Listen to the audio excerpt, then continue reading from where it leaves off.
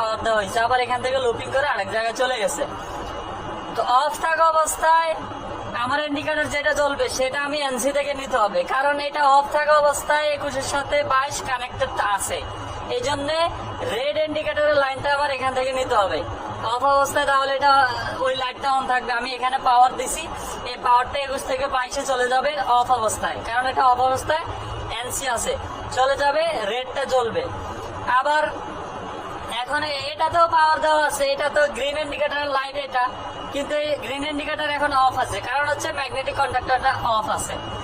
এখন যখন magnetic conductor on হয়ে যাবে, তখন এটা কি হয়ে যাবে, এনসিটা অন হয়ে যাবে, মানে এটা নর্মালি ওপেন হয়ে যাবে। তখন কি হবে, লাল যে ইন্ডিকেটরটা আমি ব্যবহার করছি, লাল যে ইন্ডিকেটরটা বন্ধ অবস্থায় অন ছিল সেটা অফ হয়ে যাবে, আর গ্রিন কালার যে ইন্ডিকেটরটা নর্মাল অবস্থায় অন ছিল, সে অফ ছিল, সেটা অন হয়ে যাবে।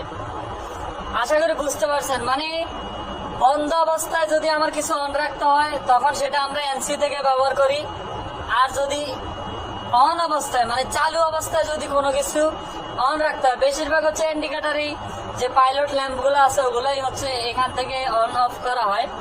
তো দেখেন সাইডেও কিন্তু এখানে এনওএনসি ব্যবহার করা হয়েছে, এটাও এনওএনসি, এটা এক্সট্রা লাগানো হয়েছে কন্ডাক্টরের সাথে, মানে এটা যথেষ্ট না হইলে আরো লাগানো হয় আর কি।